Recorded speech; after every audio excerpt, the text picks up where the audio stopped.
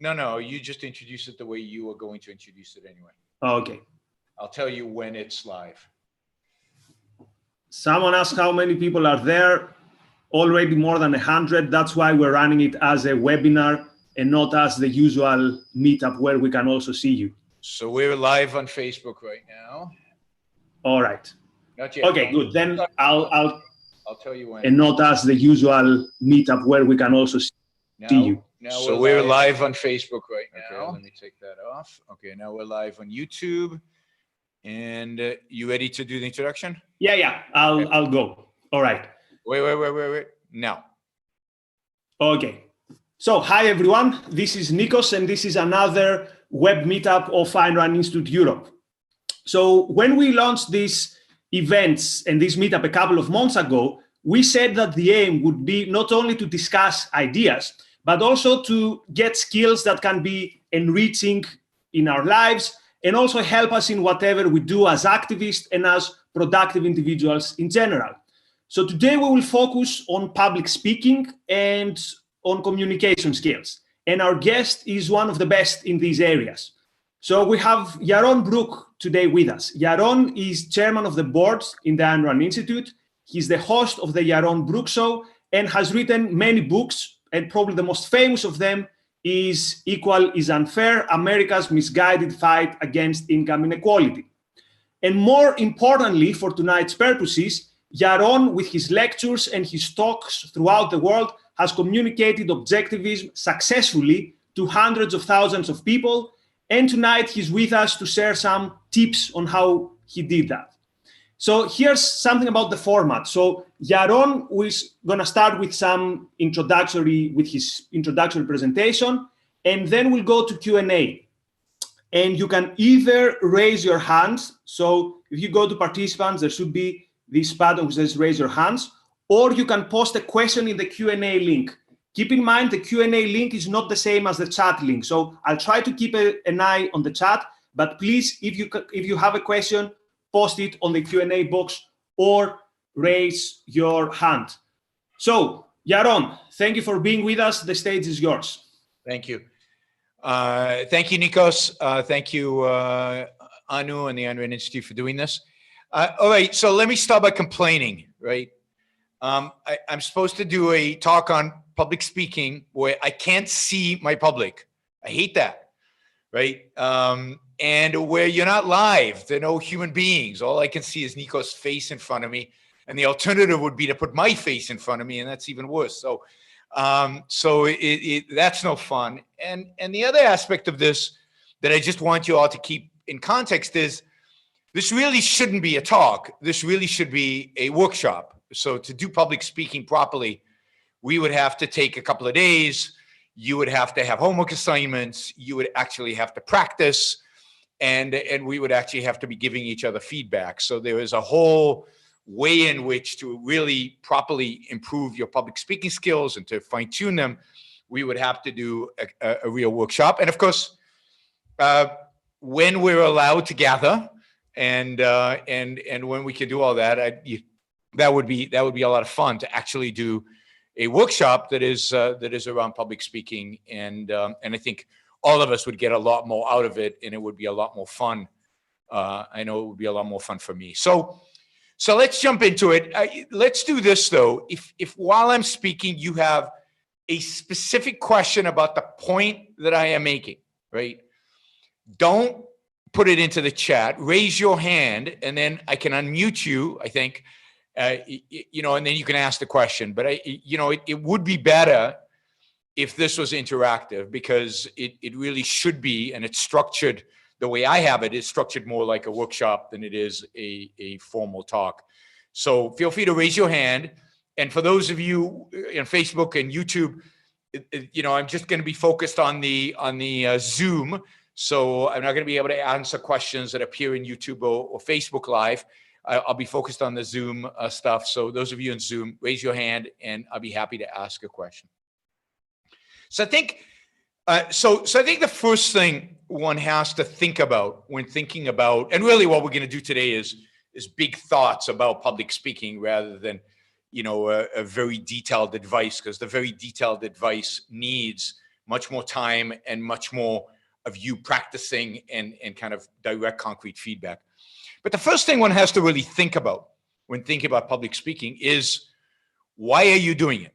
What is your purpose? Now, I know Nikos has a particular purpose. You know, it might be, spreading the message of objectivism and recruiting people to the ideas, or intriguing them about them, or getting them to read a book. He's an intellectual, and he's an intellectual activist, but not all of us are. And why are you getting in front of a group of people and actually speaking? So it could be for a business presentation. It could be because it's a skill you just want to get better at. Or it could be that you have a very specific goal in mind, whether it's activism or something else.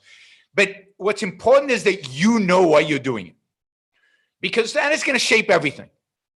It's going to shape everything. What is generally, why are you interested in the topic? Why are you then going to go and practice it? What are your purposes? And until you have that, it's then going to be very difficult to frame anything in terms of the actual presentation. Because for the actual presentation, you need to know, why am I presenting? Now, again, some of you, it might be work. And for work, I'm required to do this, and that's fine. But then realize that, and then it's delimited within the scope of work. And for work, a lot of times the presentation is going to be a kind of a PowerPoint presentation. I'm not going to talk much about PowerPoint presentations, although I would say that a Zoom presentation like the one I'm doing right now, PowerPoint would actually be ideal. Instead of you just looking at a screen with my face on it, we would actually have slides, or we'd be walking through slides, and there'd be some interesting images and so on. And I'm a big fan of PowerPoint presentations for Zoom, but I don't like PowerPoint presentations for me, so I don't do them. So sorry, you miss out on that. But I think a lot of what we're going to talk about will be applicable to PowerPoint as well, and to what that means. But if you have specific questions about PowerPoint presentations and how to do them well, you can ask me. Well, I don't do PowerPoint presentations. I've seen enough of them to be able to tell you what works and what doesn't with PowerPoint. And I do PowerPoint presentations, by the way, in my financial life. So I do a lot of PowerPoint presentations when I'm pitching my hedge fund, or when I'm discussing a particular financial topic. I use them. And I use them a lot on Zoom. I don't do them for intellectual activism, and there's a reason for that, and you can ask me about that in the Q&A. So first, what are the personal values? Why is this interesting to you? Now, when you think about public speaking, there are really two areas we're going to focus on today. One is going to be preparation, which is probably the most important. Preparing for a talk is in many respects more important than what you do delivering it, because the prep will condition what you deliver, how you deliver, the quality of the delivery.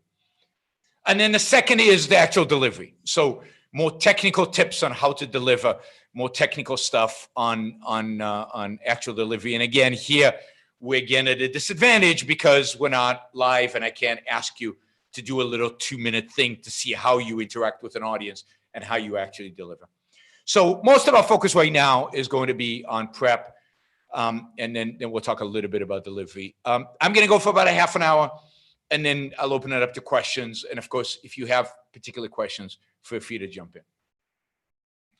So when it comes to preparation, there are 3 things you need to know. 3 things you need to know before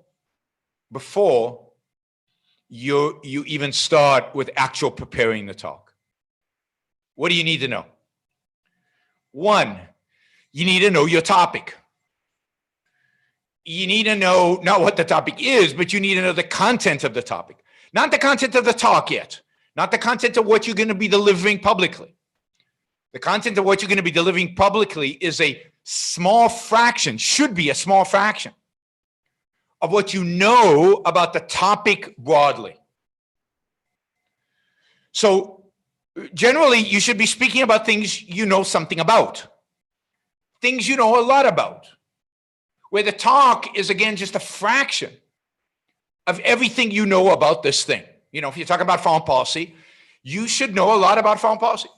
And your talk is going to be some narrow aspect of the vast knowledge that you have. If you talk about, art, you should know a lot about art. And in the presentation, you're doing a fraction of that. You cannot give a talk about something you've just learned, about something you know very little about. It's not going to be interesting. You're not going to be able to find the right concrete. You're not going to be able to be persuasive. It's not, the question then is, why are you doing it? Because you need to know what you're talking about. So know your topic and know your limitations. Know what the boundaries of that topic are. So that's one, know your topic. The second is know your purpose. What is the one message you want to convey? Why are you giving this talk? What are you trying to convince, intrigue the audience with? What is the one thing that you want the audience to take away from what you're presenting? So, for example, today, although this is not exactly a talk in a traditional sense for me, but today the topic is public speaking. I know something about it primarily from experience. I've done hundreds, if not thousands, of public talks, and a whole variety of them, from written talks where I've read to off-the-cuff presentations to 2-minute talks I did a 2-minute talk in front of 500,000 people, to little seminars with a small group.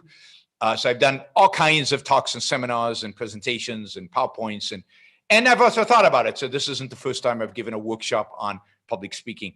I've also thought about it and presented it about the topic. So that's kind of the topic. I know the topic. Now, what's my one purpose right now is it's not a very cohesive purpose, and maybe that's why this is going to be a lot of, this is going to violate a lot of the principles I'm going to give. But this is why this should be a workshop and not a talk. And that is to give you a few hints on how to give you a few indications, give you a few ideas on how to improve your own public speaking. Right? This is not comprehensive. This is not enough to really do the job because of the nature of public speaking. So know your topic, know your purpose. What are you trying to do? What are you trying to convey to everybody? And then the third is know your audience. Who are these people? Are they experts in the field? Are they complete beginners? Do they have a deep interest? Are they just casual observers? Are they 15-year-olds? Are they 85-year-old? Are they somewhere in between, or a wide variety of them? What's the context in which this event is happening? Is it a is it a conference on this topic generally, so everybody's there who has an interest? Is it is it young people who just happen to walk into an event? What's the context? What's going on? Who are these people? Why are they there? What is their motivation? Because this is the thing about public speaking, and this is the problem with most public speakers, and this is true of a lot of objectivist public speakers, is the talk is not the primary purpose for them is to write a great talk. A great talk by their standards. They couldn't give a damn about the audience. Who is the audience? They don't know, because most of the time they're looking at their notes and they haven't even glanced up to see the audience. So they don't know who the audience is, really. They can't have the context of the audience. Or rarely do they have the context of the audience, because they're not even observing the audience. So they don't learn from audience to audience to audience what works and what doesn't in their speech. They've just got a written speech that is what's being delivered. Or, so one is they don't, a lot of speeches I see, there's no context of the audience. It's a prepared speech. In their room when they wrote the speech, they had an image of what the audience should be. But then they haven't tested it out on the audience. They don't know what works and what don't. And yet they repeat the speech over and over again because that's the speech they wrote. I did that for years. right? I'd read the speech, and then I'd go to another group and I'd read a speech, and then I'd go to another, and it was the same speech, even though the audience have now changed. But even if it was the same general audience, I got no feedback from the audience. So I don't know if it actually worked. I convinced myself that this is the right speech for the right audience. So knowing your audience is more than just thinking in advance that this who the audience is and then adapting the talk. It's also getting feedback from the audience and adjusting your talk to that feedback over time. Right? Generally, I recommend people don't just write one talk and give one talk and do it once. It's a waste of resources. If you're going to develop a talk, do it 100 times and then leverage that one prep 100 times over. But keep refining the talk based on feedback you get from your variety of audiences. So know your audience, but then going back to purpose. What is the purpose? What are you trying to do? And I had a problem with this forever. I remember when I used to write out my talks, my purpose really was to get it right. Was to get everything I said to be just right. Every formulation, every sentence had to be right. My standard was, in a sense, if an objectivist philosopher read this speech, they'd agree with it. And that was the standard. The standard was, in a sense, truth, right? Or getting it right. It wasn't communication. I wasn't trying to communicate. I remember I actually had a public speaking coach I did a couple of sessions with. And he said, "What are you trying to do, Yaron? What are you trying to do by giving a talk? Are you?" And I'd say, I'm trying to teach, I'm trying to educate, I'm trying to convince, and he said, "Well, if that's what you're trying to do, then you're a massive failure." And he said, "Let's experiment. Let's pick somebody off the street, in a sense. We just pick somebody random. And I'm going to sit him in front here, and I want you to give a talk for 10, 15 minutes off of just a section of your regular talk. And then he's going to tell us back what he heard, right? What he learned from it." And of course, the people who hear the talk heard something completely different than what I actually thought I delivered. Because I never wrote it. I never prepared it for actual communication. I prepared it as an essay that somebody, and maybe I threw in a few, raw moments to recognize that I had an audience, right? To get a standing ovation or to get applause or to get their emotions going at any particular point in time. But I didn't actually write it in an attempt to communicate. And indeed, most written speeches don't do a good job of communicating. The only person I know, the two people I know who are very good at communicating a written speech, and that's Leonard is very good at that. He's brilliant at it. He doesn't look like he's even reading the speech, Leonard Peikoff. And then Tara Smith is very good at it. But most people are terrible at actually reading a speech and communicating at the same time. Because part of communication is looking at people. Part of communication is getting feedback from looking at the audience, changing your pace based on feedback you're getting in the moment from the audience about whether they're getting it or not getting it, whether you have to repeat something or not have to repeat something. People are looking kind of, "Oh, we didn't get that. What's he talking about?" You have to repeat it, or you have to explain it, or you have to concretize it. So you have to be engaged with your audience to actually communicate. And for me, that means I can't read my speeches. I can't read a talk. If I read a talk, I'm not communicating. Again, I think Leonard can do it. I think Tara can do it, but very few people I know can do it. So it's about communication. And then the question, if it's about communication, how much can you communicate in a talk? How much can you actually communicate in a talk? It's one thing if you're there in a classroom and you've got the students period after period, like one of those long courses or people that keep returning. But if you've got one shot at people, right? You're walking in and there's an audience and you're going to give them a talk and you want to have an impact on them, some impact. You want to leave them with something. how much can you actually communicate? Well, if you want to communicate, if your goal is communication, which it should be if you're giving a talk, then you have to be very modest in how much you're going to communicate.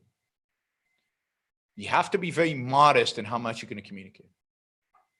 Generally, I don't think you can communicate more than 3 things in a 30 to an hour long talk.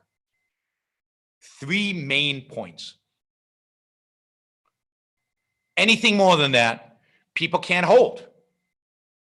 You've talked about point 1, you've talked about point 2, you talked about point 3. I'm trying to, and you've integrated them hopefully, and I'm trying to follow, and I'm trying to keep that. Now you're on 4, and I'm still trying to integrate 3 and 1.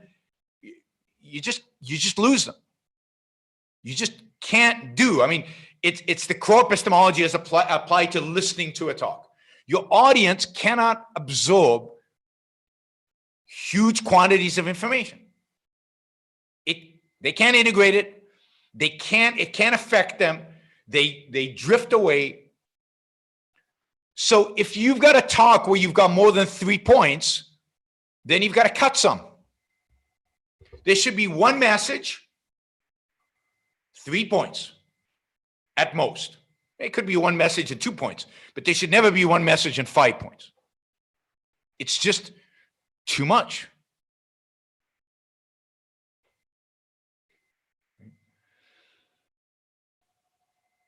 Think about what it is that you really, most important, that you communicate to people. And why you want to communicate it to them. So there's a lot of whys here. There's a lot of you have to know before you do stuff here. Because that's what it's all about. Why should they listen to you? What are you trying to communicate to them? If you take my morality of capitalism talk, which I assume many of you have heard maybe more than once, right? How is the morality of capitalism constructed, right? It starts out with a question, and then it shows why the answer, why one answer, altruism, that's inconsistent with. So the question is, if capitalism is so successful, why is it hated? Then it goes to altruism. Altruism is incompatible with capitalism. That's why it hated. And then it gives a solution. You need rational egoism. That's the 3 points. They're very abstract. I know I can't really explain any one of them, right? Any one of them could be a course. Any one of them could be a seminar, a semester-long class. So you can't expect to cover everything in any one of them. You've got to make each one interesting and for people to see there's a logical flow between them. And walk away from it saying, nah, if somebody walks away from one of my talks saying, okay, I get it. Rational egoism, that's the only way to defend capitalism. Altruism is evil and capitalism is good. That would be bizarre, right? But if somebody says, those are really interesting points. This idea that capitalism actually works, that's kind of interesting. And that I don't see how altruism fits with it. And there is something about the selfishness stuff. I don't quite get it, but there's that has succeeded. If they just come out with those 3 questions, those 3 thoughts, then a whole world is open up to them if they follow up on them. Even if they don't get their answer right then and there, I'd be shocked if they did. It opens them up, and you have to be satisfied with that. If you try to hammer home any one of those points, if your goal is they have to get it completely, you're not going to be successful. And again, you need a whole curriculum for that. So your expectations need to be delimited, and then you have to find a way to get at those expectations. You have to to get them to be thinking, questioning, challenging their existing beliefs. So I go into talks primarily with one motivation. So what is the one message I want to convey to people? There are ideas here that are interesting that you've never heard before. Investigate further. That's it. That's it. For most new audiences, right? Not assuming non-objectivist audience. Just go read an Ayn Rand book. Go read my book. Go read something more. If you've read Atlas Shrugged, read the nonfiction. Go investigate. This should open you up to going and investigating new ideas and new thoughts and along these lines. It's not about you should come out of the lecture believing yourself to be an objectivist. So every talk should have no more than 3 points, 3 big points. And indeed, and I'll skip a little bit to delivery here. When you're presenting the talk, the only thing that you should have in terms of, I used to go onto a stage in the early days when I do my talks. I used to go into a stage with 1 piece of paper with 3 bullet points. That's it. The 3 points I wanted to make in the lecture. Yeah. Capitalism works. Altruism inconsistent with capitalism. The need for moral revolution, egoism. That's it. 3 points. I'd usually type them big and I put them on the floor of the stage. Just in case I got stuck and forgot one of them. Because as you're speaking, you might forget them. Now, in preparation, you need a lot more of that, but that should be the final product of preparation. Should be a lot in the subconscious, a lot prepared, but a sheet of paper with 3 bullet points, with 3 ideas, central ideas that you want to cover. Okay, a few more things about preparation. And again, we're already at almost half an hour, right? The 3 points that you hold, one of the things that is, one gimmick that works for me, and it might not work for other people, but it's something to think about, is I find I used to be much better at Q&As than I was at giving a talk. So I said, that's interesting. I'm really good. I'm spontaneous, passionate. It's easier to bring out the passion in a Q&A when you're answering a question. So, and I know a lot of people who are excellent at Q&A and terrible at giving a talk. Well, one way to think about that is do your talk like it's a Q&A. That is, do your talk as a series of questions you are answering. Condition your subconscious to have a series of questions. Does capitalism, is capitalism being successful? Aren't they examples of socialism being successful? In what way is altruism inconsistent with capitalism? Isn't capitalism about sacrifice? I mean, you can think of 20 questions for a talk like that, or 50 questions for a talk like that, and then you cluster them around topics and you find the 3 big questions, the 3 big points that you want to cover.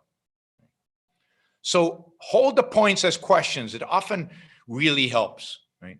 And not just the 3 points, but all the sub-points in between. For some people, it's easier to hold them as questions than actually points. Now, when you're actually preparing for a talk, when you've got the topic, you know what your 3 points are, you know what the message want to be, you know what the audience is going to be. Now you're going to start writing. And when you're preparing a talk for the first time, you need to write it out. Not write it out in terms of every sentence needs to be written out, but you need to have a talk written out. You have to have written it out. You should never read it to an audience, but you have to, in preparation, you have to write it out. And now the way I write them out is I always start with an outline, the 3 points. Then I start thinking about what I need to explain these 3 points. I start fleshing out the outline more and more and more. And I think about the examples I need to use. And it just becomes this really, really, really detailed outline. I never turn it into 4 sentences. I never turn it into a written article. I just have unbelievably detailed outlines. And they would go pages and pages and pages. And I do that, and that's what preps my subconscious. That's what says, okay, in order to get to this point, I have to cover these things. In order to cover these things, I have to give these examples. And I start thinking about it. I start reading the outline. I start moving things around. I start changing the examples. This, I think, works better. That works better. And I just start giving the speech in my head, giving the talk in my head as I'm going through the outlines. This is how I'd say it. This is how I do this point. This is how I do that point. And you keep doing that over and over again. And you keep, every time you read the outline, you change it, you move things around, you think of better examples. You keep doing that. And if you can integrate stories, that's the concrete stories, Stories are incredibly helpful. People remember stories. They remember examples. They remember the concretes. So you want to make the concretes powerful. You want to make the stories powerful, illustrative of the point you're making. And you do that all in preparation. And for every point, every important point, you might want to have 3 stories and 3 concretes or something like that, even though you're only going to work one in the end. You're only going to use one. Well, first of all, you might use different ones every time you give the talk. You might decide that some are better than others based on the audience's response. You might use one and look at the audience and say they don't get it, so you might have to do a second one on the spot because the audience needs another example. So you want to get lots of examples for every point you have, and you want to have them ready and then prioritize them. I'm going to use this one. This is a backup. This I'm going to put aside for now. But flesh out that outline and keep working on it and working on it and working. I don't try to put it into sentences because then I become dependent on the outline. Then I become dependent. Then I want it there as a crutch. Then I want it there to read, right? And my whole point about delivery is you've got to be, you should not be reading a talk. You should be delivering it extemporaneously. But you got to be prepared. You got to prep. Now, next, what I do with the outline is I start reducing it. I start saying, okay, these 2 points can be condensed into this point. These 3 points can be into this. I start reducing it. So if you think about an outline where you've got the Roman numerals, then numbers, then you've got all these layers. You start shrinking the layers. You start shrinking the layers, until all you've got in the end are the 3 points. So you start with the 3 points that you're trying to make. You build out the outline. You flesh it out. You make it as detailed as you can. And then you shrink it to the 3 points again, right? And maybe what you keep, at least until the day of the talk, is you keep the key stories, the key concretes, the key examples, so you don't forget them. And that's it. So that's the prepare. One other thing about the outline that's really, really important. You've got to plan for great beginning and you got to plan for great ending. People remember the opening and remember the end. And you got to keep thinking about that. You don't have to decide that in advance because that'll come out of the preparation. It should be as you're going through this outline, as you're going through the talk over and over again. Hopefully your subconscious feeds you, oh, this would be a great way to start the talk. Or this would be a great way to wrap it up. And part of that is who the audience is, right? So if I want to leave the audience with a good sense, and let's say the audience is a bunch of conservatives, then the best way to do it is, it's kind of funny, but the best way to do it is wrap it up with something really that gets their patriotism juices going. So wrap it up with the Declaration of Independence, and I do that a lot, right? I often, if you look at talks I give, particularly in front of large audiences of kind of typical conservative Americans, I wrap it up with right to life, liberty, and the pursuit of happiness. And, emphasize pursuit of happiness because that's really what we're going to get out of it. And everybody gets really excited and they give you a standing ovation and they remember you. And that's part of what you're trying to do is remember you. So they go and read something. They go and do something about it. And you want an opening that intrigues. You want an opening that people go, huh, all right, I should listen to this. This is a real question. And again, the opening depends on their context. It depends on why you think they're there, on who you think they are. Again, different audiences, if it's an objectivist group, it's going to be completely different. If it's a libertarian group, if it's a conservative, if they're leftist, if it's a group of 1,000 people, if it's a group of 10, all of that is going to determine what you know about them, which will determine what examples you give, which will determine what the beginning should be and how you want to end it. But a great beginning and a great ending are crucial. And something that at the beginning has to engage. The ending has to be memorable.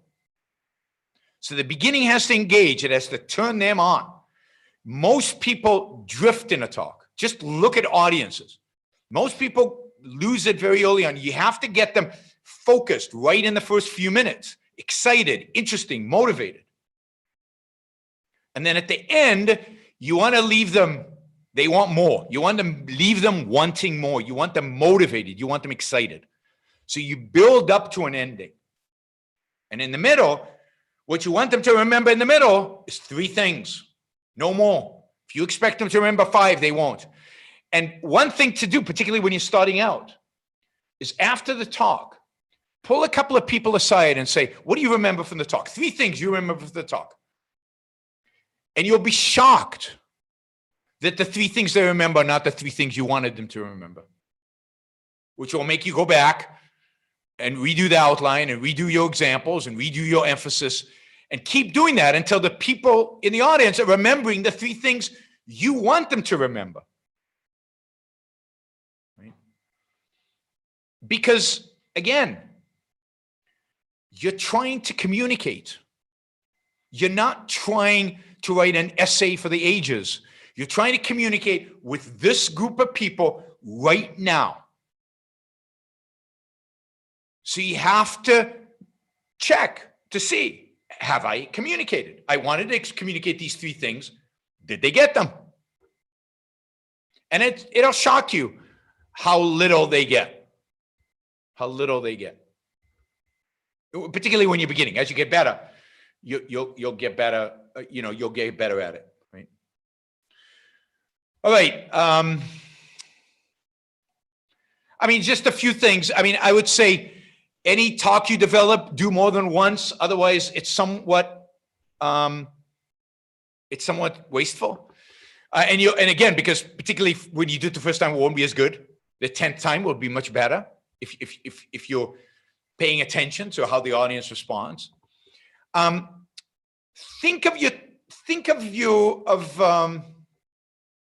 skip that. Okay, so just repeat and interact. Okay, let me say a few things about delivery. We don't have a lot, but a few things about delivery. It's rare that your content is so captivating that no matter who delivers it, your audience will stay engaged.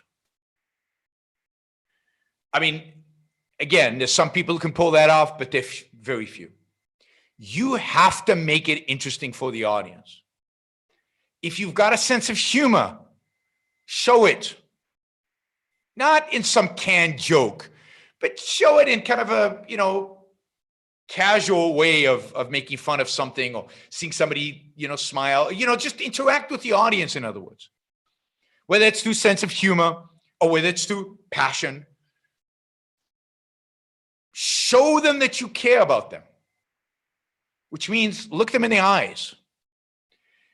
A great public speaker, a really great public speaker, should leave the audience with the impression, should leave every audience member with the impression that he just received a talk directed at that one person. The story is that when Frank Sinatra sang, when Frank Sinatra was on stage, there might have been 20,000 people in the audience. But people in the audience felt like Frank was singing to them. He had this way of moving on the stage, of looking at people, of engaging with the audience, of being in the moment with them, that caused them to feel like it was singing to them. And I think that's his power as a performer. Right? And I think as a public speaker, you can get better at doing just that. It is, you've got to, and to do that, you've got to slow down. You've got to look at the audience. You've got to be responsive to their, looks. You've got to, move around in a way that is casual but purposeful, right? When you get really good at this, then how you use your hands matters. There, when I've given a talk many, many times, and you can see this in the Morality of Capitalism talk, right? Altruism is my right hand, and egoism is my left hand. Right? Mother Teresa is always over here, always. Sacrifice is always over here, right? And Bill Gates is over here, right? And egoism is over here. Now, why I chose race on that, that's random. But the fact is, and if you want to emphasize something, you step towards the audience. If you want them to relax a little bit, you step away from the audience, right? Now, all of that comes down the road when you're really experienced and you know what you're doing and you have full command of the stage. You know, in the beginning, I used to be a pacer, back and forth and back and forth and back and forth and back and forth. It took me a long time to get rid of the pacing and to pace when I wanted to pace, to stand when I want to stand, to pace in a non-systemic way, to pace purposefully, to pace where I want to pace. You know, it depends on, for example, on the orientation of the room, whether you want to be able to address every part of the hall if you're in a big hall. But you want to be, all of that represents being in the moment, being there, and the audience getting a sense that you are there,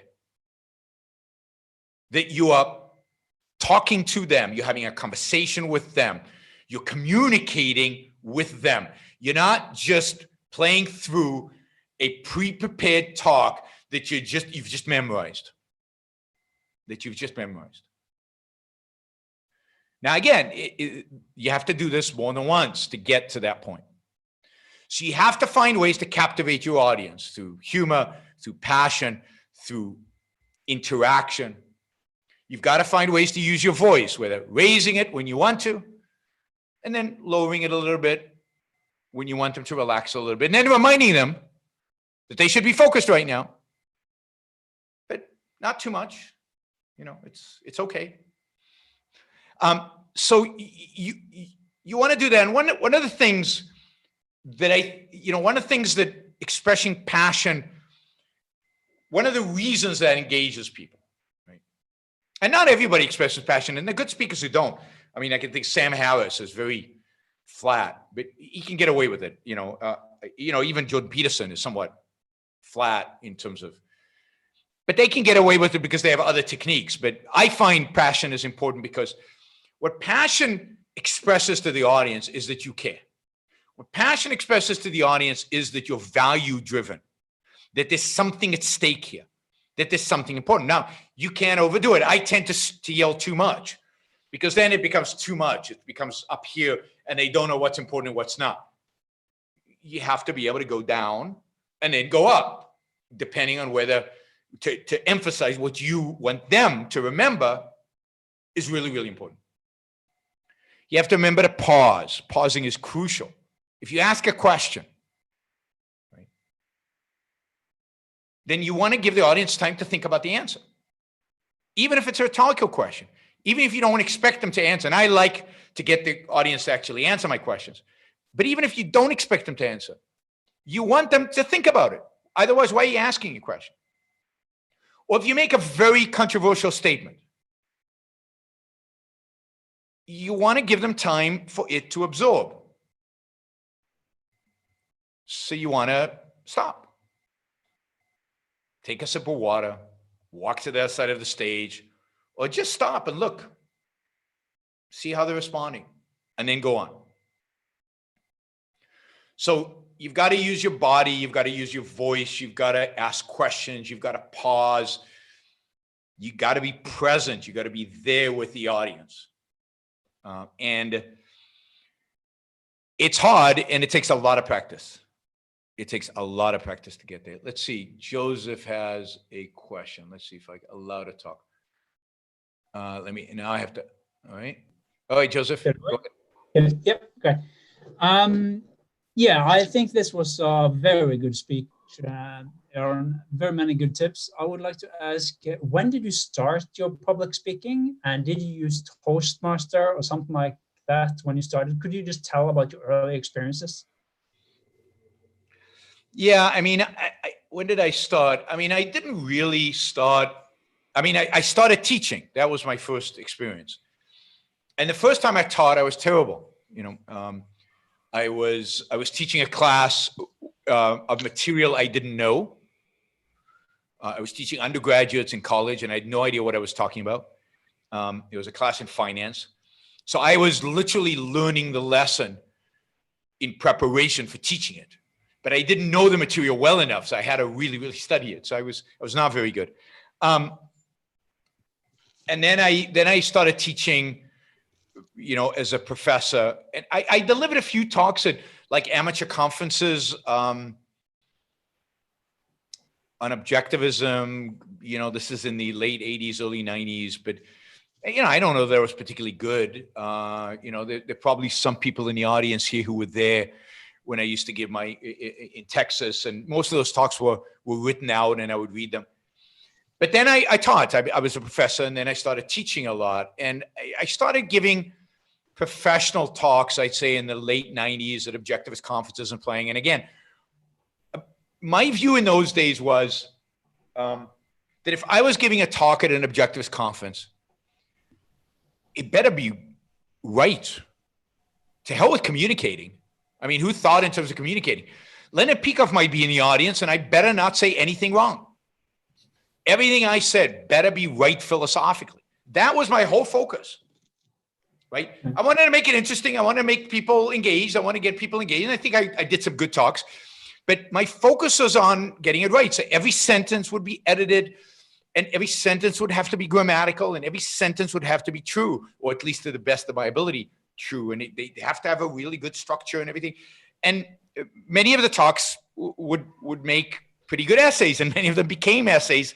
And it wasn't that much work to turn them into essays, which tells you something, that it's a bad talk. When you can take the talk and turn it into an essay like that, it's not a good talk. Right? For most of us, again, I think somebody like Leonard, and of course, think about Ayn Rand's talks. I don't think Ayn Rand's talks are good talks. I hope that's not heresy, but I don't think Ayn Rand's talks are good talks. They're great essays. They're the greatest essays ever written. Like, if you look, she gives this, there's only one talk I think she ever did, which I would say is a great talk, as a talk. And that's The Philosophy Who Needs It, to West Point. It's structured as a talk. It flows as a talk.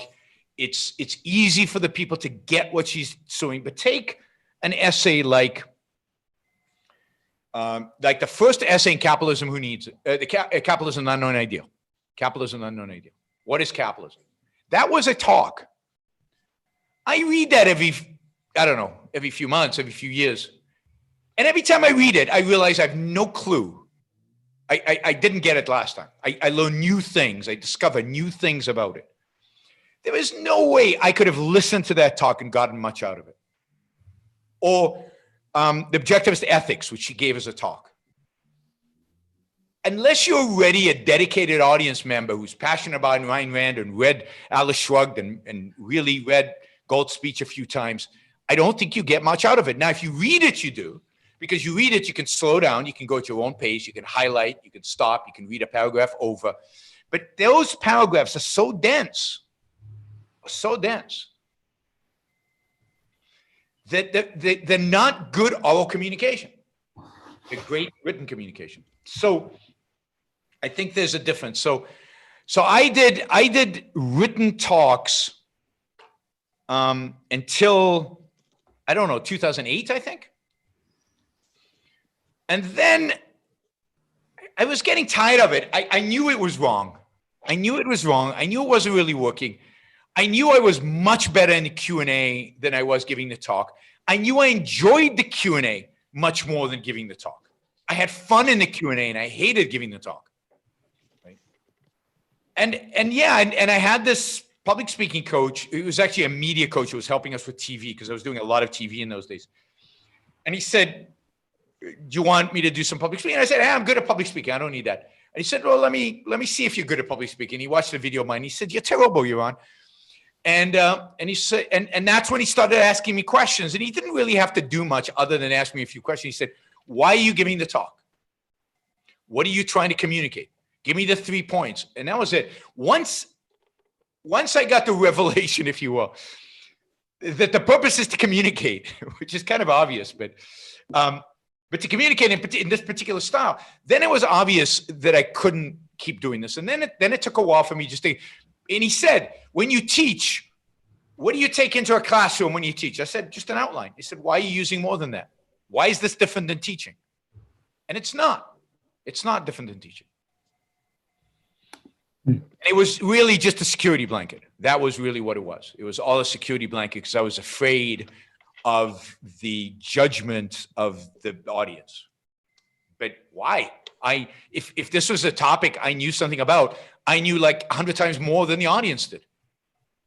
And, you know, Leonard, I shouldn't have been afraid of Leonard, you know, because I probably, if I'd made mistakes, he would have corrected them. I would have learned more, right?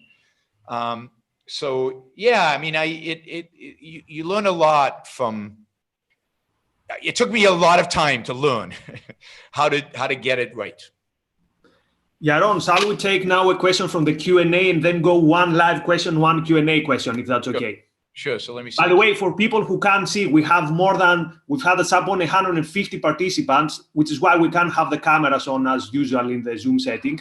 So I'm going to try to get to your question. We're going to do our best, but keep in mind that we already have tens of questions. So yeah, and we have another 100. We have another 100 on YouTube and Facebook, and probably a few more on Periscope. All right, that's great. Yeah, so let me. I can just read the question. So just okay. Repetition while speaking, unlike writing, is a good thing. How do you decide when repetition is too much? Is there a difference in person versus on your show? Yeah, repetition is definitely an important aspect of oral communication. You've got to repeat again because people can't hold it. They can't reread the paragraph, which is the equivalent of repetition, right? If I read something and I didn't quite get it, or I need to really have it, I read it again. And you're not going to have that in oral communication. So repetition is important. And you know, how much of it is you have to try it out. Again, if you have your 3 points, if you know those 3 points, then those are the points you want to repeat. Now, you don't want to repeat them in exactly the same language. You want to have different formulations of the 3 points, different ways of saying the 3 things that you can then do. So when you do point 1, you repeat it a few times. You do point 2, you repeat it a few times, but then you have an opportunity to repeat point 1 so that people can integrate it with point 2. Point 3, you repeat point 3, but you also repeat point 1 and point 2. And at the end, you try to do an integration of all 3 that constitute repeating the first 3. But you have to play around with it. And and this is why being in the moment is so important. Being, you know, seeing your audience is so important. Because if you repeat it twice and you still see people have these quick, questioning looks, then you might have to repeat it again. If you repeat it twice and they look bored, then okay, you're done, right? You don't, maybe you repeat it too many times, right? So you want to be, this is the beauty, and this is again what I learned in 08 is that I can't be at the same time focused on what's written on the page and focused on the audience. And if I want to be focused on the audience, I have to give up what's written on the page. And by the way, giving up what's written on the page means, and I'm making this disclaimer now, and it'll be true forever for me, I'm going to make mistakes when I talk.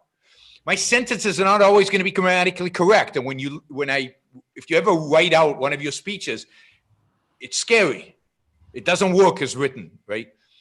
And I might actually say some stuff that's wrong. That's wrong. Because I'm not editing myself. When you speak, you can't edit yourself. So you're going to make mistakes, and you just have to live with it. And hopefully you have somebody in the audience who knows the content enough to be able to tell you afterwards that you were wrong so you can fix it.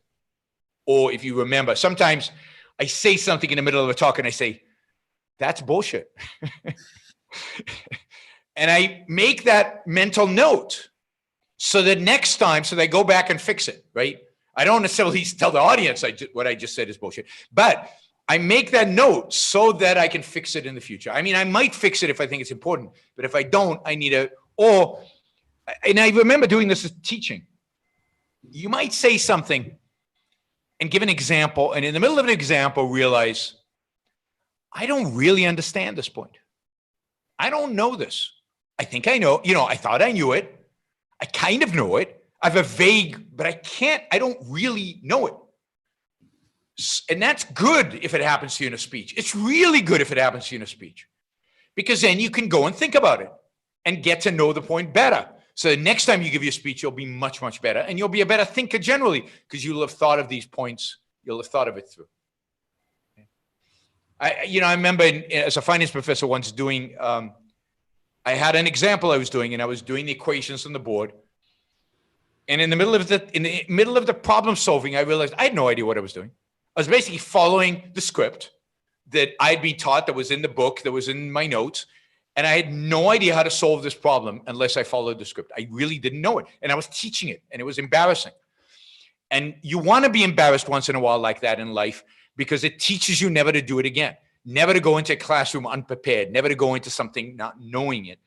And then, so from then on, I made sure I knew it. And the less notes you have, the more you're dependent on your own knowledge, the less you have that security blanket, which you want to get away from that security blanket. So we take a live question. Yes, Eyal, allowed to talk, and then unmute. Whoops. No, what did I do? Where's Eyal? There he is. Okay. Unmute. All right, Eyal, I think you can talk now.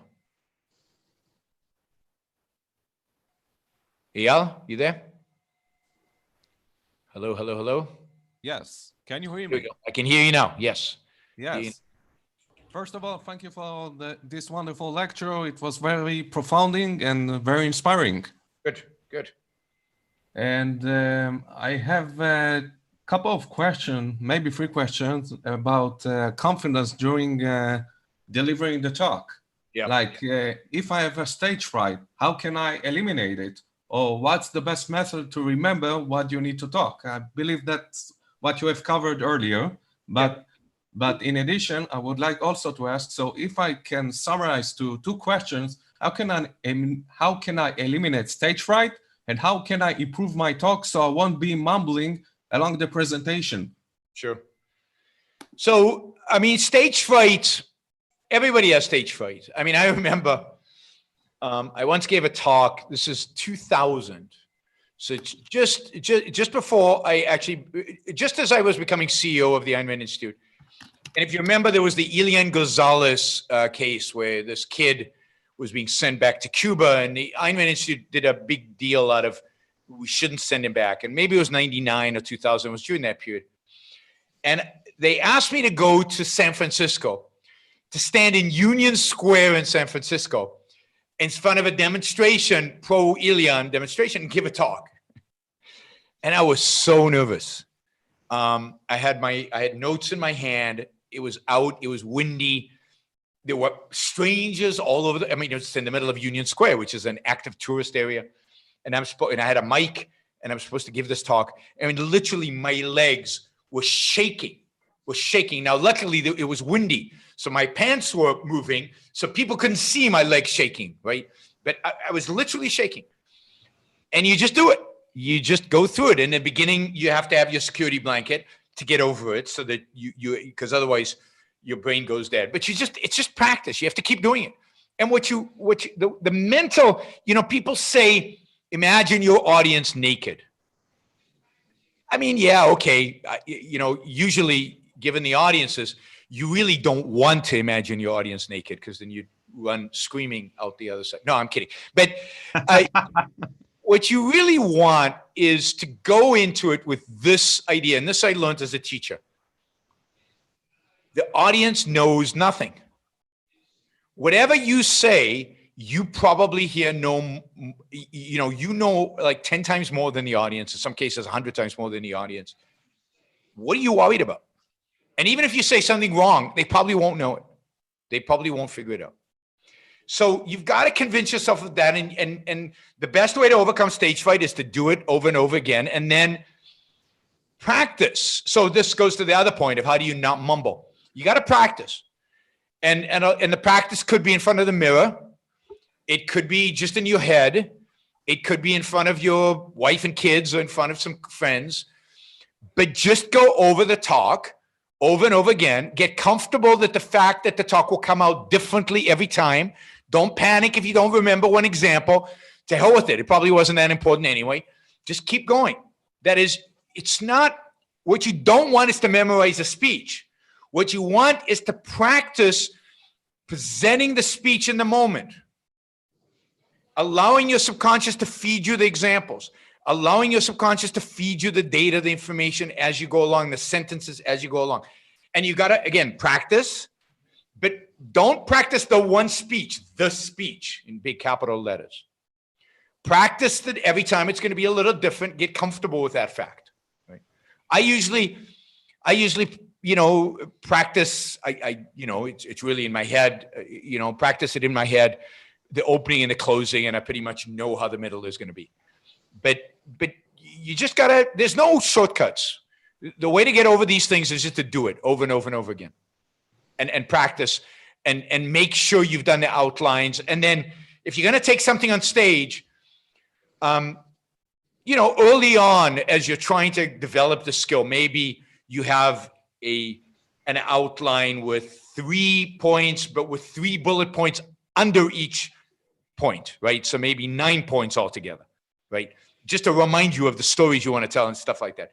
And then you want to just to get the 3 points, and then you don't want, then ultimately you don't have anything, right?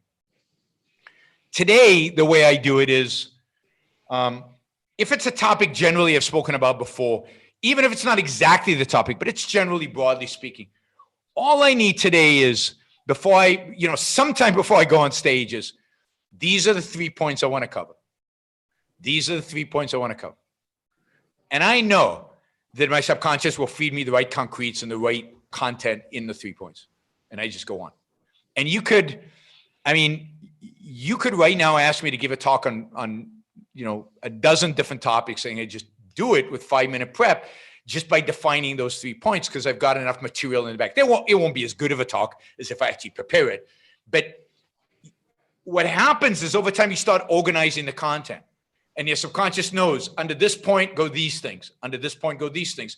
And I have like 50 different points where I have content under each one of them. And now that I do my shows, which are all extemporaneous, and there's even more subcategories like that organized for me. So it becomes easier and easier over time. So hopefully that helps. By the way, if your question is answered, I put dismiss question. This is not being rude. It's just so Yaron can see the next written question. So Yaron, do you want to pick another written question? Yeah, well, maybe I'll take 2 because there's so many written questions. Why do you not use PowerPoint presentations? Because I think PowerPoint generally is a distraction. People have a hard enough time doing one thing. Now you want them to do 2. You want them to listen and read. I find that very distracting. So the only good PowerPoint presentations that I know of are PowerPoint presentations that primarily have pictures.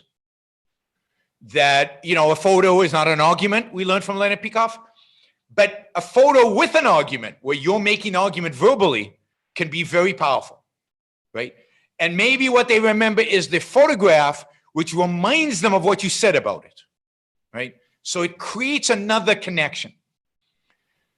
Maybe with a word or 2 on the stage, maybe with one sentence and one short sentence, but I don't believe in PowerPoint presentations that have any more than that for an intellectual presentation, for a presentation, for a talk like this. Now Zoom is a little different because the image I'm projecting is limited. There's only so much I can do. So there's a certain value to having stuff come up on screen because you're limited in your visual scope. And I'll tell you in a minute why I don't do that. If you're doing a presentation about,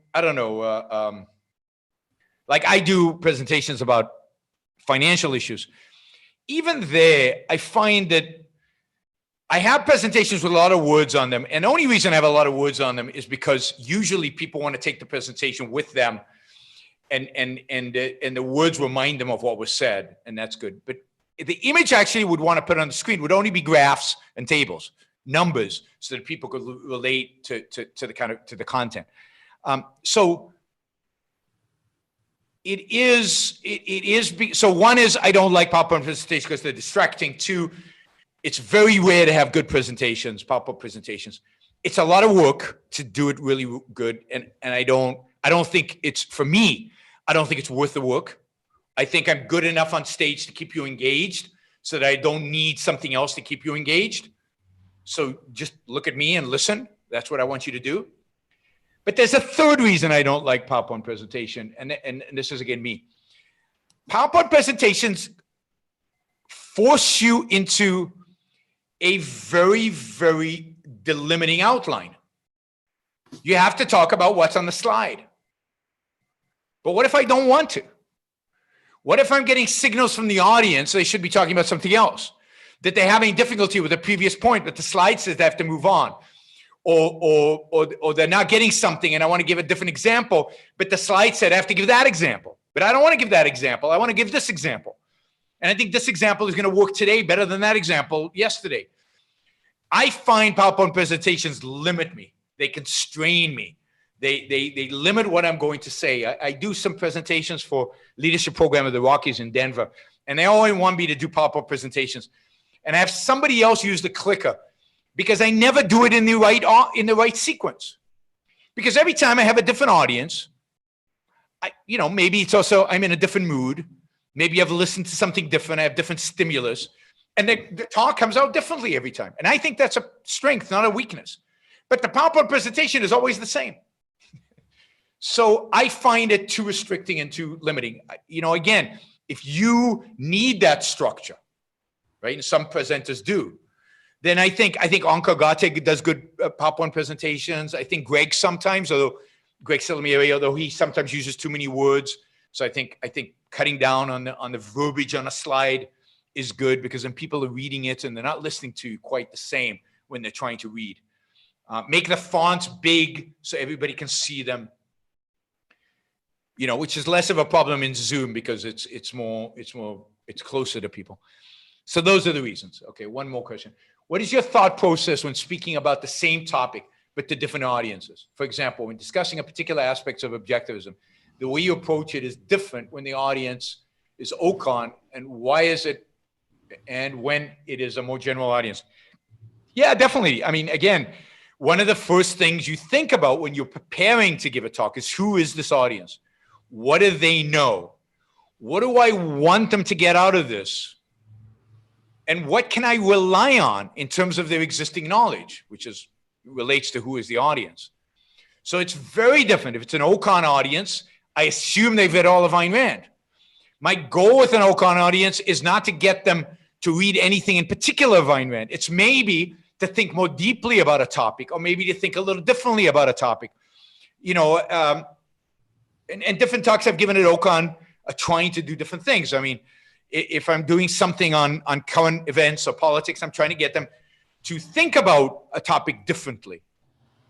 If some of what I want to do is get them to go back and read Ayn Rand a little deeper. But mostly I'm trying to get them to think about a topic differently. With a general audience, I'm trying to suggest to them there's something new and interesting that they should investigate more than anything else. I'm trying to get them to go read Ayn Rand, or to go read more, or to look me up online, or to look, and ultimately to look Ayn Rand online. I don't expect them to become capitalist at the talk, but I'm hoping at OCON that I can convince people who might think X to think of it a little differently, or to refine their own arguments about it, or to change the way they look at it, or to give them, a lot of it is to give them intellectual ammunition so that when they go out and speak to others, they have it. And then my radio show, my podcast or YouTube channel is a little different, and it's harder in the sense that it's such a mixed audience. I have objectivists on there, objectivist philosophers sometimes on there, and I have people who've just encountered Ayn Rand. A lot of my listeners have never read Ayn Rand. And that's hard. And then I'm mainly focused on the people who haven't read Ayn Rand more than on people who I try to make it so that you can do this, that it's interesting for all those groups, but it's hard. On YouTube, there's some speculation about whether I'm an introvert or an extrovert. I'm not sure those categories actually mean much, but to the extent that they do, there's that Myers-Briggs personality test that you can take, and it tells you if you're an introvert and an extrovert. I score as a mild introvert. I'm not an extrovert, according to Myers-Briggs. So I'm a good faker. Shall we take a live question? Okay, Deborah. Allowed to talk, unmute. Where's Deborah? There she is. Okay, unmute. Yeah, go ahead.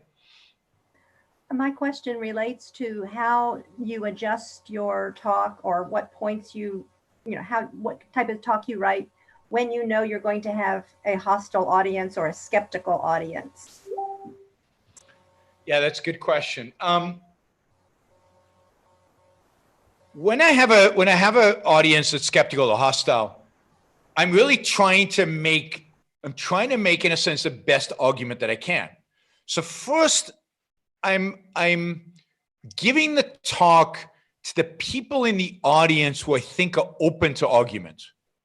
So for example, I do these debates, socialism versus capitalism, and some people in the audience are just committed socialists. They're not going to, some of them are just never going to change their mind. They're just, this is what they are.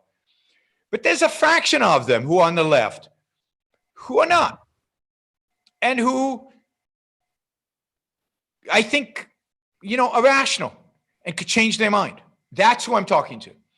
So actually, I'm trying to give the best arguments I can think of.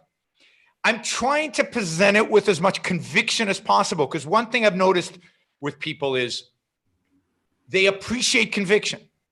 If I say something with confidence and with passion, people go, there might be something to that. He seems really confident. The socialist guy is coming wishy-washy, but he's confident. I wonder where that comes from, that confidence. So I think you want to make confident, bold, uncompromising points, but they have to be good points that are going to cause people to think, going to make them feel uncomfortable, take them out of their comfort zone, create some cognitive dissonance, but not to the extent that they think he's crazy. They go, I've never heard of that. And part of it is giving them some concretes that they can appreciate. Like, look, every socialist country we look around, Venezuela, they're all failures, every single one of them. Look at Hong Kong. Here's an example of Hong Kong. Here's a story about Hong Kong. All right, now they have to do some mental gymnastics to get out of that. Venezuela is now a real socialist, and you might want to even address that. Now, some of you might be thinking Venezuela is not really socialist, but look, socialism involves X, Y, Z, and look, Venezuela did all those things. And yeah, it's not 100% socialist. That would be the Soviet Union, but it's on the scale, it's more socialist than not. And look at the results. So you've got to get them thinking about, and you've got to know what their objections will be. So if you're talking about cronyism to a hostile audience, if you're talking about capitalism to a hostile audience, you know that what they're thinking is, well, look, capitalism caused the financial crisis. Capitalism equals cronyism. Capitalism means businesses getting subsidies. So you have to take that out of the equation by addressing it at some point. Look, what I mean by capitalism is no cronyism, no government intervention, so no favors to give, and condemn the cronies, and pretend, so they feel like, oh yeah, he's on my side on this, and then say, oh, but I believe in complete separation of state from economics. And whoa, where did that come from, kind of thing. So you want to recognize the challenges that are going on in their head, and you want to be prepared for that. And you want to know what to fight over and what not. So for example, I'll give you an example. Almost every Q&A, I get a question about global warming, right? Now, if I start my answer by saying, well, I don't really think the globe is warming. I'm not sure the science is right. There are all these other scientists that don't agree. I've lost them. I've lost the audience. It's finished. They've shut me down. Right? Or, so what I say, because my talks are not on global warming, I say, look, let's assume the scientists are right. Let's assume this is a problem. What are the consequences of your solutions versus what are the alternatives? Now, I'm granting them something there, because I don't think the science is 100% right, although I don't think it's 100% wrong. I think it's, but I have no choice, because otherwise you can't fight every battle. Or if somebody asks you, well, what about religion? You can't have a whole debate about religion right there. You've got to focus in on the aspect of religion that is important to you, altruism, let's say, or mysticism if the talk is on something else, or whatever it is. But if you start a talk by saying, well, look, there's no God, we know that, now I'm going to go on. Then if the audience is conservative, they're not going to listen to a word you say. I mean, maybe after you've one of the things, one of the challenges I always had with Tea Party groups is I'd have to establish credibility before the God question came up. Because once the God question came up, if they didn't think I was credible, they dismissed me completely. So you have to show them that I'm pro-America, pro-capitalism, pro-freedom, pro-founding fathers, pro all that. And then when they hear I'm not religious, then they go, whoa, then it's real cognitive dissonance. But if I start with, to hell with religion, and then by the time I get to pro-capitalism, pro-founding fathers, pro-America, they haven't heard a word I've said. So you've got to know where you want the cognitive dissonance to be and how to calibrate it so that you don't turn the audience off completely, right? Completely. And it's tricky, and it depends what you want to achieve. But that's how I go into, those are the kind of things I think about when I go into a hostile audience. Okay, Eileen has a question. Don't you have to know your audience first, because it would color both your purpose and what? Yeah, I mean, I said that, right? That there were 3 things to know before you started prepping for a talk. Know your topic, know your purpose, and know your audience. And I didn't say those, and that is necessarily the audience, but know your topic is to know what you're talking about, know what you want to achieve, and know who the audience is. Knowing your audience is crucial. I wouldn't say it's third. I don't consider those in any particular order, but first you have to know your topic. That to me has to be first, because if you don't know what you're talking about, then you shouldn't talk about it, no matter who the audience is. So know what the thing that you're going to be talking about, know it first. Then, the purpose might dictate what audience you want to go in front of. Or if you've been invited by somebody to speak, then you might want to do the audience first and then the purpose. The order doesn't matter here. The point is that you have to answer all 3 questions and that they're interrelated, right? So if you have a particular purpose, you might decide on a particular audience. If you have a particular audience, you might decide on a particular purpose. And both of those could affect the topic, certainly affect how you present the topic. So when I give 3 things, it doesn't mean that the 3 things are in that particular order. I think generally too much emphasis on put on order. When I do outlines, I often do an outline and it turns out the order is completely wrong and I have to redo it 55 different times until I get it to a point where I like the order of something, where I like the way things flow. So one thing I want to say about outlines, which I didn't say. There's no one correct outline. There's no one correct way of presenting content. There's no only one way of delivering a talk, writing an op-ed, writing an essay, presenting anything. You can take any topic and deliver 55 different talks on it, and they all could be 100% legit and all be incredibly valuable and all be different. Ideas are not linear in that sense, that there's only one way to go from A to B to C, right? So when you do an outline, don't feel like there's some platonic ideal that you have to strive towards. Okay, question for the Q&A session. How much have you learned from Dr. Peikoff's book on objective communication? I mean, a huge amount, right? Not the book, because I've never read the book, and the book didn't exist when I was learning. From his course on objective communication, which was turned into a book. It's a huge amount. I mean, Leonard is a master communicator and a master teacher, but I had an added privilege. I actually had a class with Leonard on communicating. So this is in the mid to late 90s. And I actually got to go down to Leonard Peikoff's house back then and stand in front of him and like 10 other people and deliver content and get critiqued on it. Talk about stage fright. And we all did it, all the students. We would have to take turns so you could see how he'd rip people to shreds. I mean, Leonard was brutally honest and brutal generally. He was so brutally honest that he would usually call you up a couple of days later to apologize about the things that he said about you during the class, right? But but you learned a huge amount. So I got to experience that. And when I did that, I would usually talk about finance. I wouldn't dare talk about objectivism in those days. And I did some terrible talks. And I mean, the funny thing is, I'll tell you this, just so you know, this is part of, sometimes you will be less intimidated if I tell you a story about my failures, right? I hope it works that way. So my first television interview ever was somewhere around 1999, I think, or 98. And I did it with one other objectivist intellectual who's not around anymore. And it was in a studio in San Francisco, and we did the interview. And I remember Leonard's response to it. I mean, I was terrible. And Leonard basically said, Yaron's hopeless. It's just hopeless. If this is what he does on television, it's just hopeless.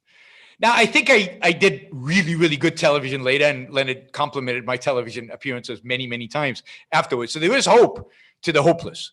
But it was, if I looked at that, I looked at it, you know, years later, and I was terrible. I was doing all the wrong things. I wasn't prepared. I was leaning back in a relaxed kind of way. I wasn't in the conversation. I wasn't in the moment. There was you're going to screw up, and then you get better. If you think about it, if you focus on it, if you prepare for it, if you really do it right. Do you guys know the story of my second television interview? Anyway, somebody will ask me sometime about the second time I ever appeared on television. Can I ask now so you can tell us now? Sure. So I was interviewed. This was an interview, and I think I've told this story somewhere, sometime. I was interviewed by LA, by a local TV station in Los Angeles. I was the CEO of the Institute at that point. And they interviewed me, I think, at the Institute. And they taped it in advance. It wasn't a live interview, right? They taped it in advance. And I said my thing, a couple of sentences and everything. And I knew they were going to edit it, because if it's not live, they edit it and then they put you up as a soundbite. And so, in the evening, I go and I'm watching television to see, my appearance on television. It's my first, on local news. And they're running the story. And suddenly, I think it was in this order. I can't remember exactly. I see myself and I'm fine. And I say what I say is fine. But underneath, it's got somebody else's name and no mention of the Ayn Rand Institute. And then the next guy is some guy they've stopped in the street, right? This big guy, right? He happens to be black, big black guy in the street. And they're interviewing him about the same thing. And he gives them a soundbite. And at the bottom, it says, Yaron Brook, executive director of the Ayn Rand Institute. And Mike Berliner, who was the previous executive director of the Institute, took a photograph of that. And the next day when I arrived at work, there were pictures all over the office of this guy on the street with Yaron Brook, Ayn Rand Institute, chairman of the Ayn Rand Institute, right underneath that. And it was, those are my two first experiences in television. I think I got better from there. I got it much better from there. All right. Can we take a live question from Pooja? Yeah, let's say Pooja. All right. Sorry, I'm still laughing. Yaron, I write out a speech and the content is really great. And when I go in front of the audience, like for a Toastmasters meeting, I end up reciting the memorized version of my speech. Yep. So how do I avoid that? Don't memorize it. Don't memorize it. So first of all, don't write it all out. Write it in, one way to do it is when you write it out, don't write it in full sentences, right? Write it in incomplete sentences. Write just a word that's supposed to remind you, right? Rather than the whole paragraph. So when you prep, don't prep in paragraphs. Prep in bullet points. Okay, And you won't have anything to memorize. You won't have anything to recite. understood. And then, Yeah, that's helpful. and then again, as you get close to the day where you're actually presenting, get rid of more bullet points. Get it down to only 3 bullet points. So when you're like 5 minutes before you're about to stand up at Toastmaster, all you have in your head is those 3 points. You can ask my wife how many times, just before I went on stage, I said to her, I have no idea what I'm going to say. Many, many, many times. Because all I have in my head are those 3 points. And I don't know what I'm going to say in between. Right? But you got to trust yourself that when you get up there, the content that you're prepared will flood in. That you can't think about it. You can't recite it. You can't, because otherwise you're memorizing and it doesn't come out right. And your non-English audience might appreciate this follow-up question I have. The reason I write it out is because, I need to make sure that I can say the words that I want to say, coming from the non-English background. Don't worry about it. The advantage you have is you've got an accent.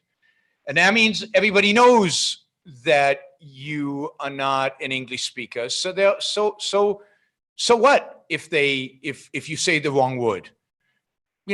That's the point of you don't have to be right.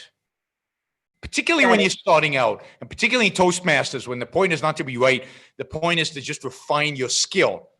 So don't worry about what word you use. So you use a different word, right? Okay, thank you. Stumble, stutter. It doesn't matter. Until you get it, you'll get better and better and better, but you have to be willing to fail. And failure shouldn't be memorized. Failure means to be, silence for a few seconds as you try to remember what you were going to say. That's better, right? Thank you. That helps. Sure. All right. Let's see. What do you think of Ayn Rand's speeches, which were read, including lots of points of complex idea? I said that earlier. I don't think they're good core speeches. I think they're brilliant, greatest essays ever written. But core speeches, I don't think they're good because I don't think they achieve their purpose delivered. And we can hear them because we've read the essays already and we get a huge amount and we know it's Ayn Rand and all of that connection is there. But I think for a new audience listening to it wouldn't work. I've got about 10, 15 minutes max because I've actually got a radio show after this at 3 o'clock. So let's see. Charles says, I'm comfortable speaking in public and articulating my views. And it does so often as part of my profession. But when discussing philosophical issues with people who have different views from my own, I find that I become emotional and I sense my values are being attacked. This diminishes my ability to communicate effectively. I think what you have to do is spend more time thinking about how you want to address those questions. I think getting emotional and getting upset is, I do too, but part of it is that you're getting frustrated because you don't know exactly how to answer in a way that is going to communicate the ideas effectively. So I think you just have to do some prep work. Think about the kind of questions that get to you, that get you frustrated, and think about better answers for them. The other thing I would say is, if you get frustrated because the other person is not getting it, then you've got to convince yourself, again, why are you in the argument? One, if they're not getting it, why are you continuing to talk? I usually have like 20 people around and one person I'm arguing with, I'm really going after the other 19 because the person I'm arguing with is hopeless. But if it's just one-on-one, I just walk away because why should I get angry? And this person's not going to get it. If I come to that conclusion, right? But just try to refine in advance. I once, again, I'll give you some examples of failures.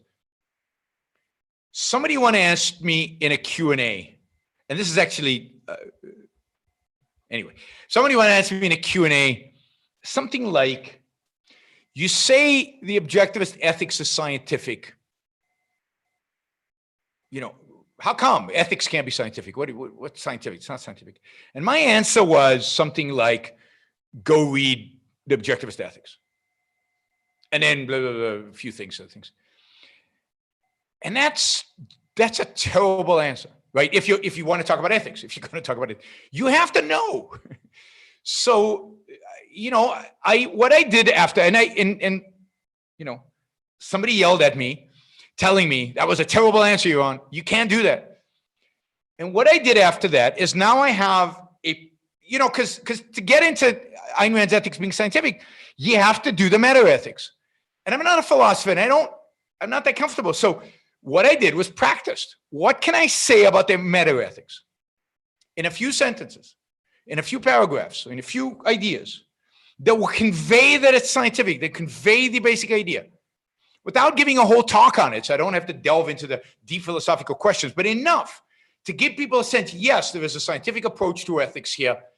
There's a sequence, and I just in a sense, I memorized. These are the key things I have to cover. I didn't memorize the answer, but I memorized, okay, I have to do, the fundamental alternative faced by all living beings. What is a value? To value, you have to have chosen life. Just that sequence that is the meta ethics. And now I can give it. So if somebody asks me that, I can give them something that is good enough. And then I can say, look, what I gave you is just a brief, quick outline. If you really want to get into this, if you really want to understand this, go read X, Y, Z. So you have to have certain answers prepared because you might not have them available to you in your subconscious. So you have to make them available by preparing them. Okay, could you comment on your approach to hostility, skeptical audiences?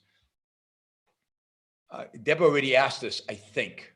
So let me skip. Sally asked, how can you best manage nervousness? Were you ever nervous? I said I was early on. Absolutely, I was. Many times I was. And I still am sometimes, right? And if the audience is new, or if the audience is particularly big, or if the audience is, I don't know, there's certain audiences that I would be a little nervous. Not once I'm on stage, but in advance. But it's rare. The only thing I can advise in terms of audiences, practice. Just overcome the nervousness and practice. And remind yourself that you know the topic better than they do. How did you prepare for Dave Rubin? And how do you keep a conversation like that flowing? I didn't prepare for Dave Rubin. When I went to Dave Rubin, I didn't know who he was. I went in cold. That first Dave Rubin, I'm completely cold. You either can do that or you can't. I don't know that there's a way to prepare, because partially Dave doesn't send his questions in advance. So I didn't know what he was going to ask me. I didn't know which direction he was going to go. I didn't know if we're going to talk about politics, Israeli-Palestinian conflict, foreign policy, capitalism, or objectivism, or ethics, or what he was going to do. To do an interview like that, you have to get to a point where you're just comfortable with the material. And I had done hundreds of interviews before that. I've done hundreds of talks before that. So I better be able to do an interview like that, is my view, right? I don't need to see the questions in advance. I just do it. And usually today I don't ask to see the questions because I'd rather be cold. It's more spontaneous, right? I mean, I'm not answering a canned question. I'm answering what comes to my mind, and then he can respond, and then I respond. So I don't prepare. And I think when people over prepare for those things, it makes the interview seem less genuine and less effective as a consequence. When you're Zoom, once in a while, you have to look directly at the camera. I know, but I've got a lot going on the screen. My camera's not placed in the right thing. I know I'm supposed to look at the camera. I know I don't. Call it laziness, or call it, being distracted. It's not the way I like to present material anyway. So I'm looking at the camera right now. I don't like this. I do it. I don't like it. So I'm a little spoiled in that I do things. I tend to do more things out of habit than I probably should. But yeah, this is much more effective if I do this, right? If I'm looking right at you, and I'm looking at you. But particularly when remember when I'm doing my Zoom stuff, I'm doing 1,000 different topics. Half of them it really is extemporaneous. I haven't prepared a lot. And for me to be thinking and doing this, I need to be doing this. Like I'm walking a little bit around on the stage. I need to be mimicking that. You can do this. I can do this for the 5 minutes of a Bill O'Reilly interview. That's fine. But to give a talk like this, when it's an extemporaneous talk, I find it very difficult to do, even though I know it's more effective. All right, why don't you use PowerPoint for talks at universities? I said that, I don't like PowerPoint. Can you comment on how your preparation differs depending on the format of the speaking engagement? The only thing today, I mean, the preparation is basically the same, although today, the only time I prepare for a lecture or a talk, if it's a completely new topic, if I'm doing the same topic, if I'm doing a related topic, I don't prepare at all, or very little. I prepare in a sense that it's going through in my mind, but I don't formally prepare. Same with debates. I might look up a little bit who this person is and what kind of questions he might address. And I prepare some things to address the things that I think he's going to raise. So I do a little bit of research on my opponents and I prepare a few things around that. I usually prepare my opening statements and closing statements in a debate or a panel, but you can't prepare because you don't know what the questions are going to be in the rest of the thing. Same with interviews on television. You can't really prepare. I mean, the best preparation for an interview on television is what are the 3 points or what is the 1 point you want the audience to get? And no matter where the questions go, you want to make those points. And there's a sense in which you do that in a debate and a panel. What is the 1 point I want people to get from this debate? Capitalism is moral. Okay. Socialism is evil. Whatever. And then as the debate goes on, you keep pounding that point. But it doesn't involve writing out outlines, which I rarely do now unless it's a completely new topic. Yaron, as we're running, it's going to be a little different. As we're running out of time and we have 22 more questions, maybe we can consider a follow-up. But do you want to answer the last question live so then we can let you go for your show? Sure. Let's do John. John, go ahead. Let's see, unmute. Go ahead. Oops, you're still muted. Can you unmute yourself? There you go. Hi, can you hear me? Yes, we can. Yes, I'm really enjoying your talk today. In the past, I've seen you speak a number of times, both at OCON events and also online. So forgive me if I sounded all rude, but your previous habit of repetitively pacing back and forth on stage, I found really distracting. So I found it hard to focus on what you were saying. So it was really refreshing today to hear you say you've consciously decided to cease pacing like that, especially since you're otherwise such a wonderful, passionate speaker. So my question is, does making yourself stop pacing make you feel uncomfortable or unnatural or constrained in any way? Or are you able to still feel comfortable and not pace? And how does a speaker manage to alter natural, perhaps distracting movement habits like this? So it certainly made me feel uncomfortable at the beginning because pacing is a way to deal with the energy, stress, the nervousness, whatever, but just the energy that you have on stage. And pacing makes it an easy way to express that, to let that out in a sense, the energy. So when you stop doing it, you have to consciously do it. And if you the first time you stop doing it, you do it, you consciously remember, I'm not supposed to pace, so you stop pacing. And then, you speak for 10 minutes and then you start pacing again because it's an automatic reflex kind of thing and you do it. And then you stop. So it takes like everything else, it takes practice and it takes conscious awareness to get rid of it. So today, I just don't pace, I don't think. I mean, maybe once in a while you'll catch me pacing. And my guess is I will pace more if I'm doing something new and I'm less comfortable with the material, right? So the more nervousness, if you will, there is, the more pacing there is. But it really takes conscious effort to realize this isn't good, it's distracting, it's unnecessary, and what is ideal is when the pacing or whatever you do on stage is purposeful. Now, that requires a lot of effort and a lot of practice and a lot of repetition of the same talk. It's very difficult to do the first time you get deliver a talk, but it can be done. So it's just a matter of, again, it's recognizing that you're doing it, stopping, and getting comfortable with the stopping, and that takes time and practice. And I think and maybe I'm wrong, but I think if you've seen me at the last few OCONs, I'm not pacing. I don't think I've really paced in that distracting way in a few years, I think. Right. So thank you very much, Yaron, for this. We hope we can have you back in a future event. Just two very quick things at the end. So for people who enjoyed this, we do such events every 1 or 2 weeks. So give us a follow in the Ayn Rand Global's Facebook page. And also, since today we talked about how to communicate ideas, no one fights for good ideas better than the Ayn Rand Institute. So I would encourage you to considering becoming part of this crusade for good ideas and for reason. And you can do this by becoming members, and membership starts just from $10 every month. So that would be a good way to be part of this. Thanks so much. I have to say we had almost 33% of the people who showed up wanted to ask a question.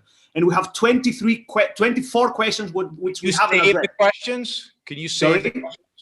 Can you say that's what I was to say. So we're going to save the questions. And thank you so much for your participation. And hopefully very soon we're going to have Yaron back and we can do the rest of the questions, or we're going to think something, but it's going to be cool. And yeah, thank you. Yaron, do you want to say parting words? Yeah. Thanks, Nico. Somebody's asking if I'm sitting or standing. I'm standing. So I have a standing desk. I do all this stuff standing. Why? Partially because I have a bad back and my doctors told me not to sit a long time ago for long periods of time. So I try to avoid sitting for long periods of time. Partially because I'm just more comfortable speaking when I'm standing than I'm sitting. But I used to sit, so I can do it sitting. I think it's mainly the doctor's suggestions. I try to sit very little during the day. I do most of everything that I do standing up. But finally, if those of you, I'll be on in 15 minutes on YouTube and Facebook doing, what is it? We've got a live Q&A today with my supporters. And then, so you can, if you have a question that wasn't answered and you want to ask it over there, you can come over there and use the super chat for that. And yeah, I love this. This is great. I hope you enjoyed it. I hope you got something from it. Don't forget to support the Ayn Rand Institute. Don't forget to support Nikos, who's trying to really expand our work that we're doing in Europe. So those of you Europeans, stay in touch with Nikos, figure out how to, let's figure out how to do more in Europe. And maybe the one good thing that has come from lockdowns is maybe we should be using Zoom like 10 times more than we've ever used it, because, hey, people are now used to it. We can do a lot more video conferencing, saves on travel expenses, saves on getting people together from different time zones. And we should be doing a lot more global events and emphasize bringing everybody together via Zoom. And it would be nice if we could get everybody on video. That would be ideal. But given that we had over 100, I guess you can't do that yet with Zoom, but maybe someday. Maybe we can get it so that when they ask a question, they can go on video or something like that. I don't know. We tried this, it didn't work, but maybe next time it will. We'll keep trying. I don't think Europe is hopeless, because we're not trying to change Europe any more than we're trying to change America. We're trying to change Asia. We're trying to change individuals. And Europeans are not hopeless any more than Americans are not hopeless, any more than Asians are not hopeless. I want individuals. Remember, Ayn Rand was Russian. Leonard Peikoff was Canadian. Not to put myself in the same category, but I'm Israeli, Onkos Canadian, Nikos is Greek, Anu is Finnish, Ilan Jono is from all over the place. Keith Lockitch is Canadian. We got a few Americans in objectivism. The rest are foreigners. So you got to get individuals, and individuals. Why should we limit the pool to 350 million when there are 8 billion individuals on planet Earth? I want to get Ayn Rand in front of all 8 billion of them, because only a certain percentage of them will accept the ideas, and I want all of those people on my side. Anyway, that's my little spiel. Yeah, talking about finish on a motivating note. Thank you very much, Yaron.